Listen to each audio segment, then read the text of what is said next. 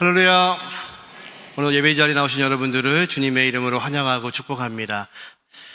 오늘 본문은 바울과 바나바가 심하게 싸웠다는 이야기입니다. 싸운 정도가 아니고요, 이제 두 사람이 갈라서서 각자의 선교의 방향으로 갔다는 이야기입니다. 성경은 왜 이런 거 기록해 놓으실까요? 설교하기 힘들게. 그런데도 불구하고 바나바와 바울과 바나바는 이 싸움 속에서도 그들의 목적은 하나입니다. 성령을 따라서, 성령의 말씀을 따라서 이 귀한 사역들을 지금 감당하고 있습니다.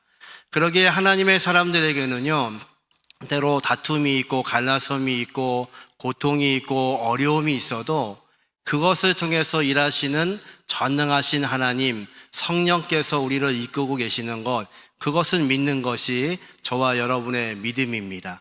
이제 바울은 이 갈라섬을 통하여서 성령께서 그에게 무엇을 보여주고 계시는지 이 아침에 같이 나누기를 원합니다. 저와 여러분도 동일하게 성령께서 보여주시는 그 길들을 보게 하시는 은혜가 있기를 주님의 이름으로 축원합니다. 왜 싸웠나 한번 읽어보죠. 37절부터 같이 읽습니다.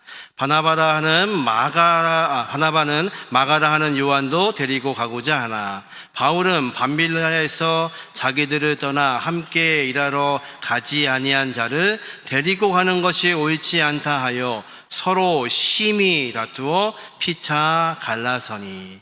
그들이 싸우고 갈라선 이유가요, 마가 때문에 그렇습니다. 기억나시나요? 마가는요, 중간에 예루살렘으로 돌아갔습니다. 왜 돌아갔는지 성경은 자세하게 기록을 하지 않습니다. 여러 가지 학자들의 설이 있는데요, 아파서 돌아갔다, 또 어머니가 보고 싶어서 향수병 때문에 돌아갔다, 또 어떤 이는요, 선교를 출발할 때 이 바나바와 마가는 생질, 조카 사이죠. 삼촌인 바나바가 인도했던 이 팀이 어느덧 바울에 의해서 움직여지고 있는 것이 마음이 상해서 갔다고 생각하는 학자도 있습니다. 그런데 알지는 못합니다. 누가가요, 자세하게 기록하지 않았습니다.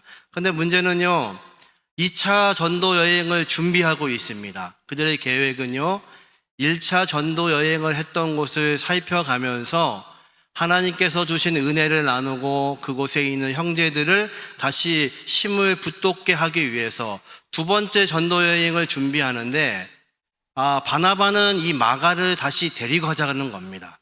바나바, 위로의 사람이죠. 한번 실수했다고 젊은 사람 내팽치면 되겠습니까? 우리가 데리고 가서 다시 가르치면 하나님께서 쓰는 좋은 도구가 될 텐데. 근데 바울은요, 생각이 다릅니다. 절대로 그렇게 할 수 없다는 겁니다.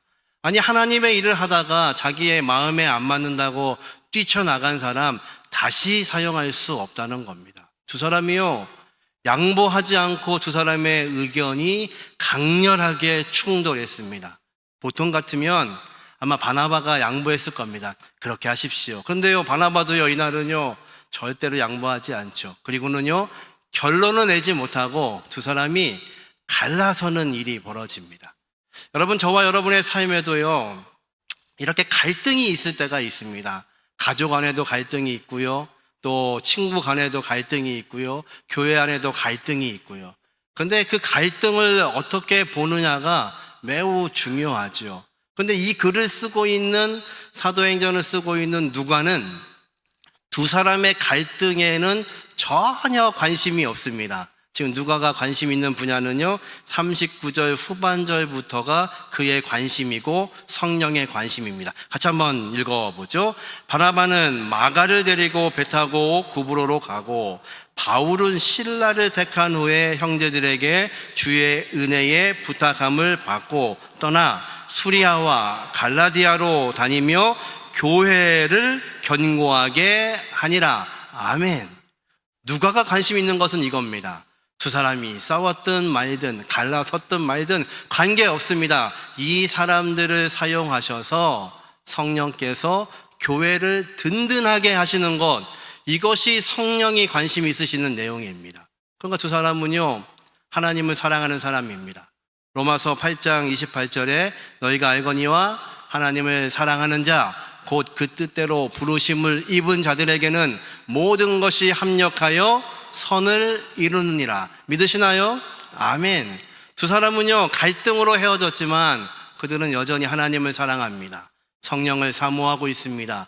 그래서 성령께서는요, 갈라섰어도 두 사람을 각각 사용하고 계시는 겁니다. 그러니까 우리에게 갈등이 있어도, 헤어짐이 있어도, 또 문제가 있어도 하나님께서 원하시는 것은요, 저와 여러분을 통해서 교회가 되게 하시는 겁니다. 그리고 우리를 통해서 하나님의 귀하신 말씀이 전해지는 것, 그것이 하나님이 원하시는 것이지요.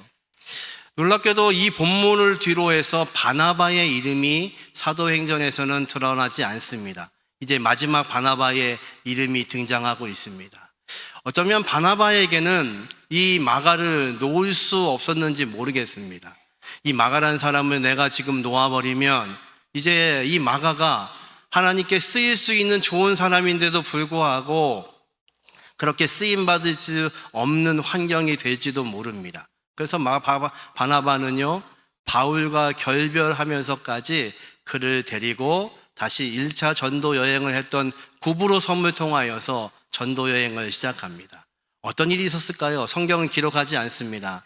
아마도 돌아왔던 그 길들을 다시 가면서 마가는요, 내가 보지 못했던 것을 보았을 겁니다. 내가 포기했던 그 선교의 장소에서 일어나고 있는 새로운 역사를 보았을 것입니다. 그리고 품어주는 사람, 이 바나바가 그를 계속해서 품어주고 있습니다. 어쩌면요, 바나바의 사역은 이것이 마지막 사역이었는지도 모릅니다. 마가를 품고 마가가 하나님의 자녀로, 하나님의 일꾼으로 서게 하는 것입니다. 이 마가가 누군가요?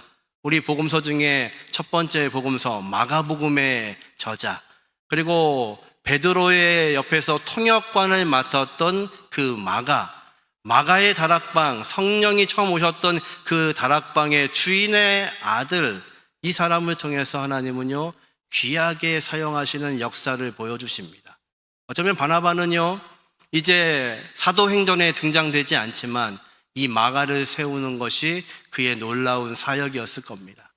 이제 바울은요, 바나바가 구보로를 향해서 지나가니까 그 길로 갈 수가 없잖아요. 이제 육로를 통해서 거꾸로 자신이 갔던 그 사역지를 되돌아보고 있습니다. 그런데 놀라운 것은 누가는 이 사도행전을 기록하면서 이 갈라진 것이 문제가 아니고 이들을 통해서 하나님께서, 성령께서 역사하고 계시는 그 장면들을 소개하고 있습니다.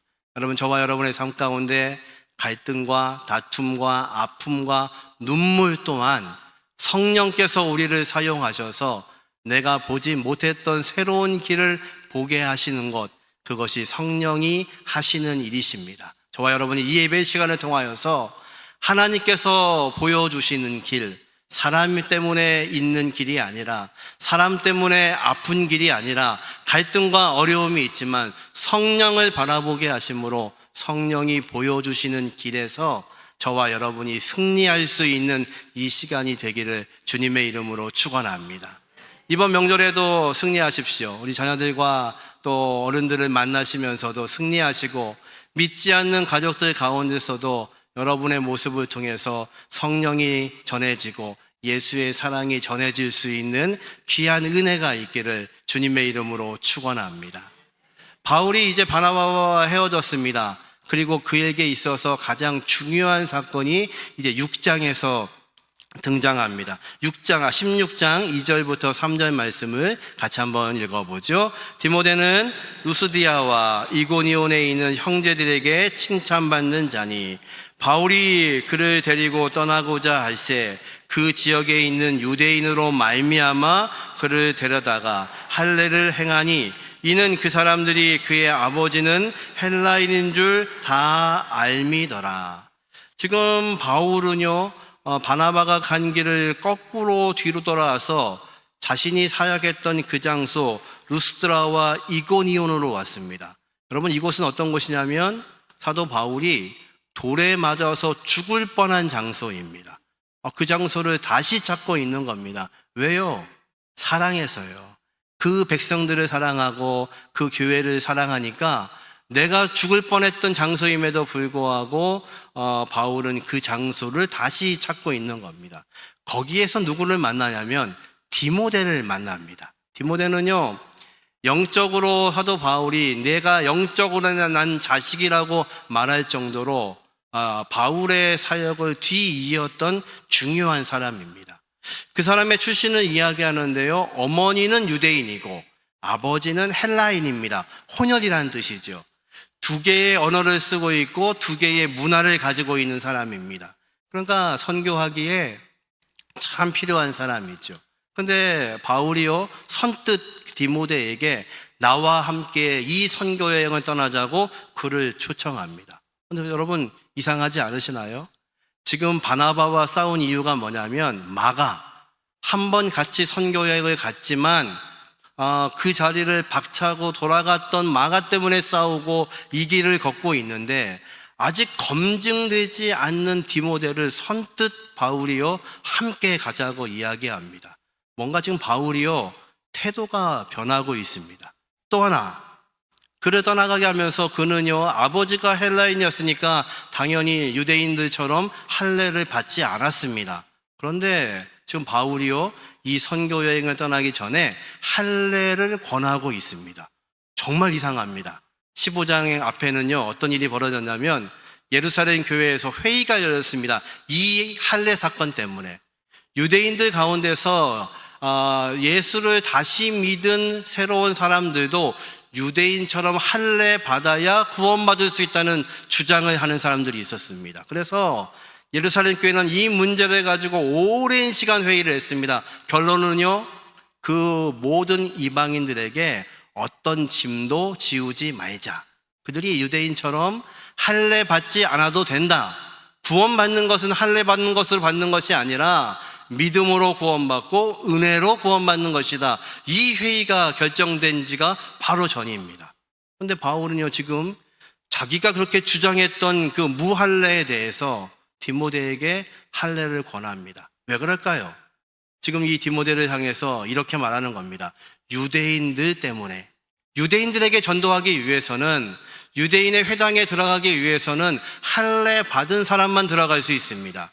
네가 유대인의 언어도 하고 이방인의 언어도 하고 있지만 할례 받지 못하면 유대인들에게 복음을 전할 수 없으니 할례 받으면 이 선교에 도움이 되겠다고 그를 지금 격려하고 있는 겁니다.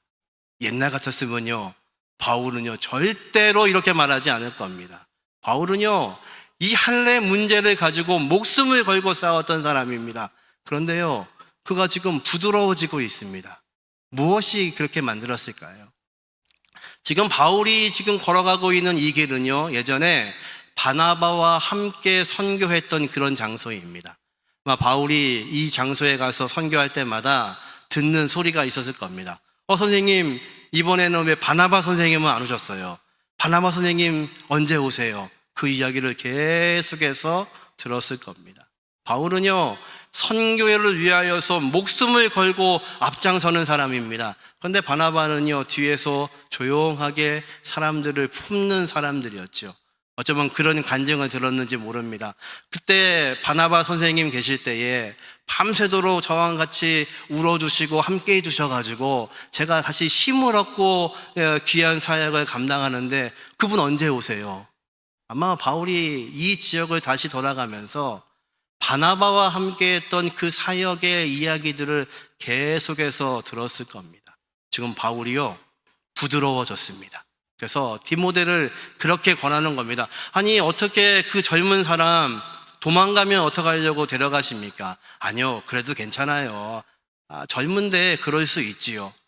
그리고 너 할례 받으면 좋겠다. 그게 구원받는 것은 아니지만 네가 할례 받으면 하나님이 너를 사용하셔서 유대인에게도 사용하시고 헬라인에게도 사용하시고 좋은 도구가 될 거야. 마치 지금 바울의 이 모습에서 바나바의 성품이 자꾸만 보여지는 겁니다. 여러분 예수를 믿었다는 것은 무엇일까요? 부드러워지시는 겁니다.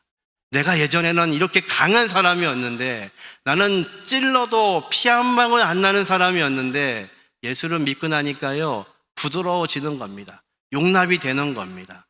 바울은 훗날 자신의 마지막 유언과 같은 디모데 후서를 디모데에게 보내면서 이렇게 말합니다. 내 곁에 지금 누가가 있다. 이 사도행전의 기록자이죠. 그리고 누가복음의 기록자 누가, 의사인 누가가 나를 돕고 있는데 네가 올 때에 마가를 데리고 와라. 그 사람이 나에게 꼭 필요한 사람이다.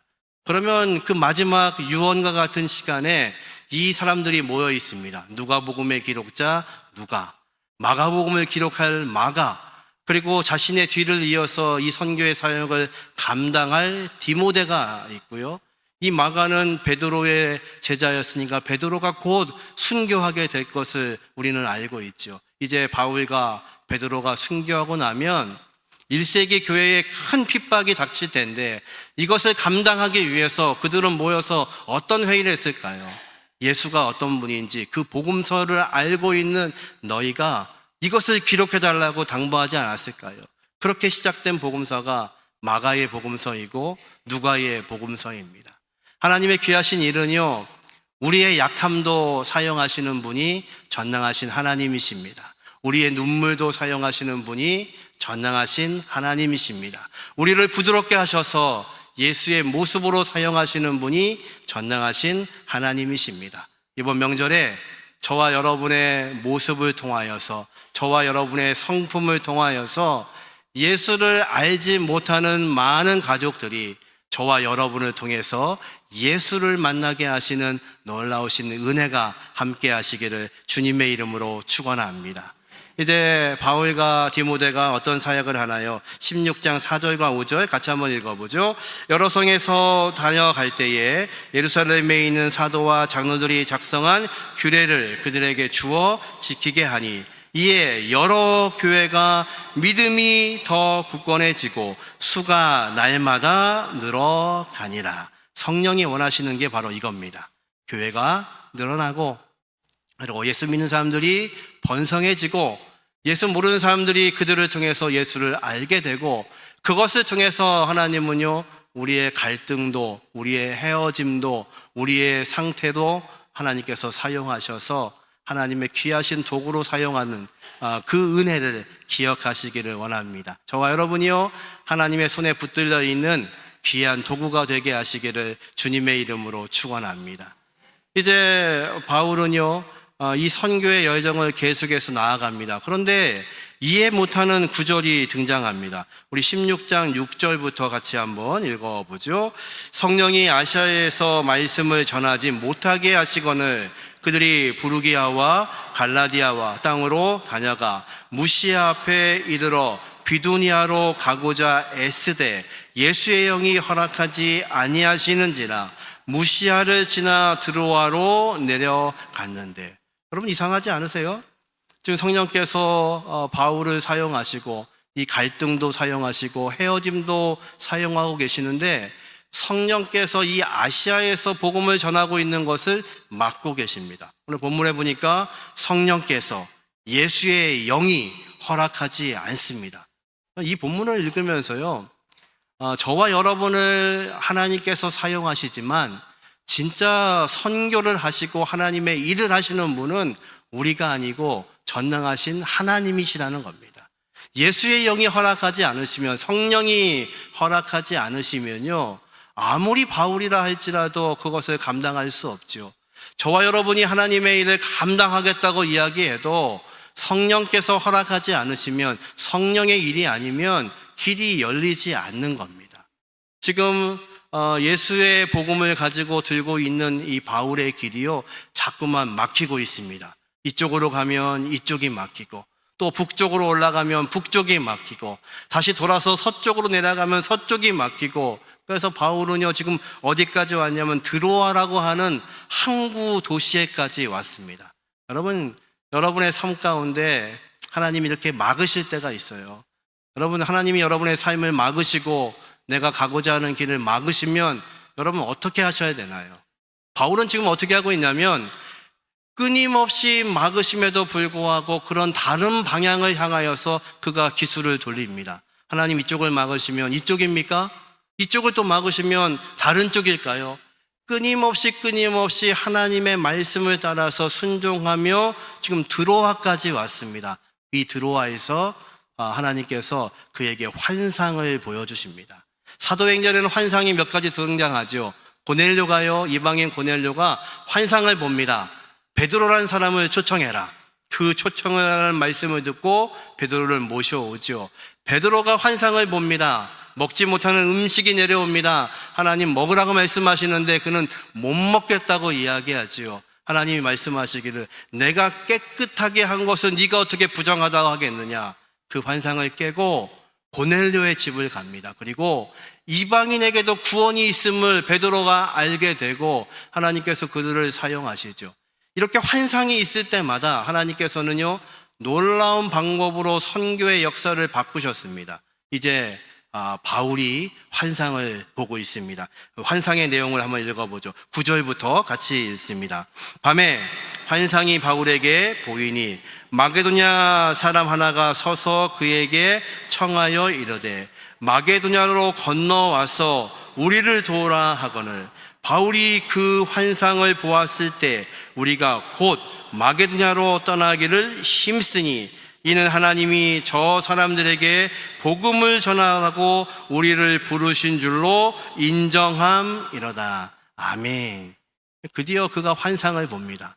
왜 나를 막고 계신지를 아는 거죠. 어떤 환상입니까? 마게도냐 사람, 지금으로 하면 유럽 사람들이 그를 향해서 손짓을 합니다. 이 드로아에서 배를 타고 건너가면 이제 유럽이 시작이 됩니다. 바울은요, 이곳을 가는 것을 목적으로 삼지 않았습니다. 그런데 성령께서 지금 환상을 통하여 그를 부르고 계시는 겁니다. 그 환상을 본 바울은 어떻게 하냐면요, 즉시 곧 마게도냐로 건너갈 수 있는 방법을 찾습니다. 여러분, 하나님께서요, 저와 여러분의 인생을 막으실 때가 있어요. 내가 원하는 방향은 이 방향인데 왜 하나님이 이 방향을 막으시고 자꾸만 다른 것을 보여주실까? 그것은요, 하나님께서 저와 여러분에게 새로운 방향을 주시기 위함입니다. 여러분, 예수를 믿는다는 것은요, 하나님의 손가락을 따라 움직이시는 겁니다. 여러분, 하나님의 일은요, 하나님의 젓가락이 어디에 있는지를 보셔야 돼요. 하나님이 어떤 것을 원하시는지 하나님의 방향을 우리에게 말씀하실 때 그거에 순종하시는 거예요. 내가 원하는 방향, 내가 가고 싶은 방향이 아니라 하나님이 나를 사용하고자 하시는 그 방향을 우리에게 보여주실 때 그 방향을 향하여서 이 바울이 하고 있는 것처럼 곧 마게도냐로 떠나기를 힘쓰니, 힘을 쓰는 겁니다. 어디에 힘을 쓰는 거냐면요, 하나님이 원하시는 것에 힘을 쓰시는 겁니다. 저와 여러분을 사용하기 원하시는 그 전능하신 하나님 앞에 저와 여러분이 이 바울처럼 힘쓸 수 있는 은혜가 있기를 주님의 이름으로 축원합니다. 어린아이가요, 진흙탕에서 뒹굴어가지고 온 옷이요, 흙탕물로 범벅이 됐습니다. 그 아이를 엄마가 불렀어요. 씻기려고 하는 거죠. 근데 엄마는 반드시요, 이 아이를 씻기기 전에 이 아이가 갈아입어야 될 새 옷을 당연히 준비하죠.